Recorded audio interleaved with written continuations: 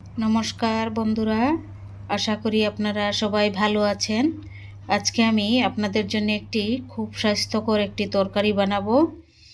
সেটি খেলে শরীর খুব ভালো থাকবে। কম মশলা কম তেল দিয়ে রুই মাছ, পটল দিয়ে আলু দিয়ে ঝোল।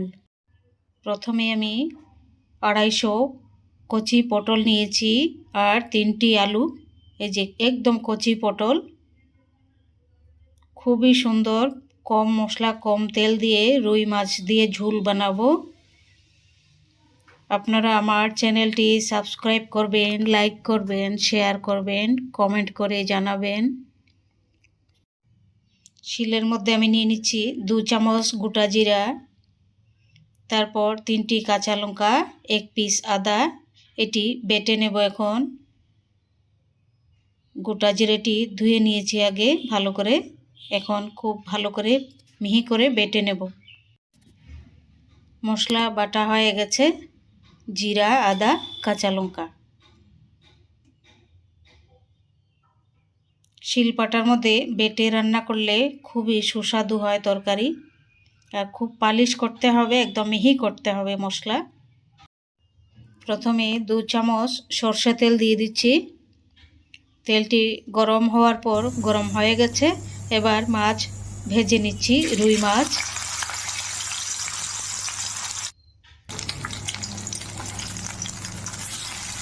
এগুলো অল্প পাল্টে দিচ্ছি।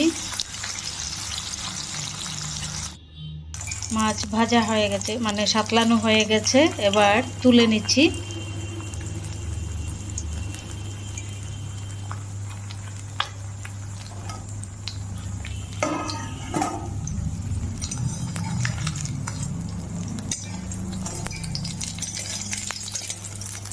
বেশি সাতলালে মাছ মানে ভালো হয় না তরকারি। যদি তাজা হয় ভালো হয়, তো বেশি না সাতলালে হয়। এই একই তেলের মধ্যে আমি দিয়ে দিচ্ছি অল্প পাঁচফোড়ন।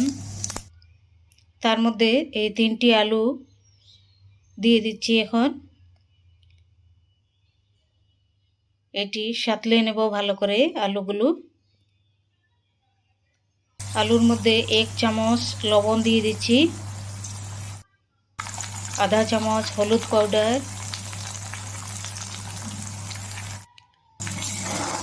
এটি এখন 2 মিনিট খুব ভালো করে সাতলাবো।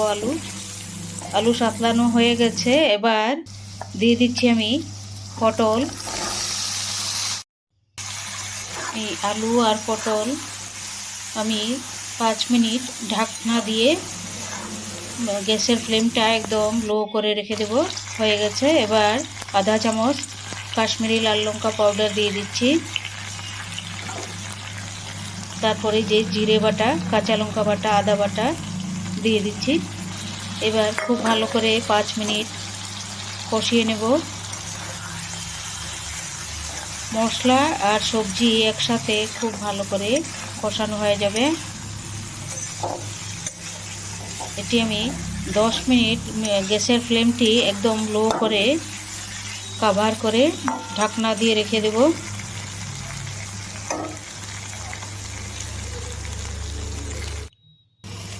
হয়ে গেছে, এবার আমি অল্প ঝোলের জন্য জল দিয়ে দিচ্ছি। এটি আরও 10 মিনিট ঢাকা দিয়ে আমি রেখে দেব। খুব সুন্দর সুসিদ্ধ হবে আলু পটল। তরকারি হয়ে গেছে, এবার মাছগুলি দিয়ে দিচ্ছি আমি। ভেজে রাখা মাছগুলো, আমি অল্প মাছ দিয়েছি, আপনারা চাইলে আরও দিয়ে অ্যাড করতে পারেন। অল্প মাছ আর অল্প পটল, অল্প একটু ধনিয়া পাতাও দিয়ে দিচ্ছি তার মধ্যে। খুব সুন্দর সেন্ট হবে, হালকা একদম লাইট। কচি পটল দিয়ে আর আলু দিয়ে রুই মাছের পাতলা ঝোল কেমন হয়েছে আমাকে কমেন্ট করে জানাবেন। আর আমার চ্যানেলটি আপনারা সাবস্ক্রাইব করবেন, লাইক করবেন, কমেন্ট করে জানাবেন